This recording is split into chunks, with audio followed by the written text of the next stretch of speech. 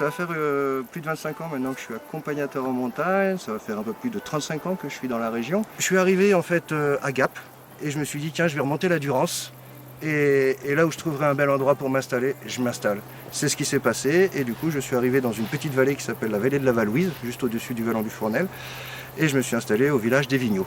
Le fait d'être venu dans la région pour moi c'était avant tout un choix de vie. Et être accompagnateur en montagne, c'était un désir qui était vraiment très très important. Au début, j'ai découvert l'accompagnement en montagne, la montagne, par le biais des centres de vacances, des colonies, où j'encadrais en tant qu'animateur. À cette époque-là, on pouvait encadrer des randonnées. Et puis, dans les années 90, la législation a changé. Et ça m'a donné envie de passer ce diplôme de telle façon à pouvoir continuer cette activité, mais cette fois-ci de façon professionnelle. J'ai commencé à faire ma formation d'accompagnateur en montagne et en étant accompagnateur, petit à petit, avec tous les collègues des Hautes-Alpes, on a eu vraiment envie de se rapprocher du parc national des Écrins. Parce qu'on vit à proximité du parc. Le syndicat des Hautes-Alpes des accompagnateurs s'est rapproché du parc, ça c'était dans les années 2000, de telle façon à mettre en place des activités communes et surtout des échanges. Parce que nous on est tout le temps sur le terrain, on est tout le temps en contact avec le public. Au niveau du parc, on a des techniciens, on a des botanistes, on a des personnes qui sont très, très, très fortes dans leur domaine de compétences. Et on avait des échanges qui étaient d'une richesse incroyable. Et un peu plus tard, dans les années 2015, eh bien là, les parcs nationaux français ont créé la marque Esprit Parc. Pour la plupart d'entre nous, accompagnateurs qui étions déjà partenaires du parc des Écrins, c'était tout à fait normal cette évolution. Et ça permettait aussi d'avoir cette collaboration qui se mettait en place au niveau de tous les parcs nationaux et pas uniquement au niveau du massif des Écrins. Du coup, à partir de 2015, j'ai souhaité adhérer à la marque Esprit Parc. Et je maintiens ce souhait, là j'ai renouvelé cette année mon adhésion. C'est pas un label que tu mets comme ça sur ton site internet. C'est pas quelque chose que tu achètes entre guillemets, que tu mets sur ta vitrine. Derrière la marque Esprit Parc, il y a un véritable esprit d'écotourisme. C'est des mots qui sont très très utilisés en ce moment, de préservation du milieu, d'engagement dans la démarche aussi d'un parc national. Et moi c'est ce que j'ai trouvé à travers cette marque.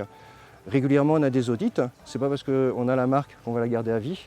Régulièrement, on a des audits sur ce que l'on fait, la façon dont on le fait, les produits qu'on élabore, qu'on soit accompagnateur, apiculteur, fermier, viticulteur.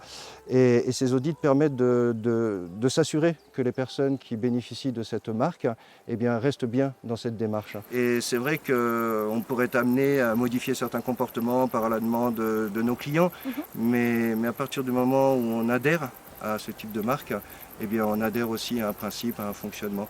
Pour moi, c'est une garantie de qualité vis-à-vis de ma clientèle, entre guillemets, et c'est aussi une garantie de qualité au quotidien par rapport aussi à ma vie privée, parce qu'il n'y a pas que l'aspect professionnel. Déjà, la première chose, c'est de respecter le milieu. Pour moi, c'est je passe quelque part, je ne laisse pas de traces derrière moi. On ne sait pas que je suis passé. Je ne suis pas là pour ouvrir des sentiers dans des endroits avec des zones fragiles, sensibles.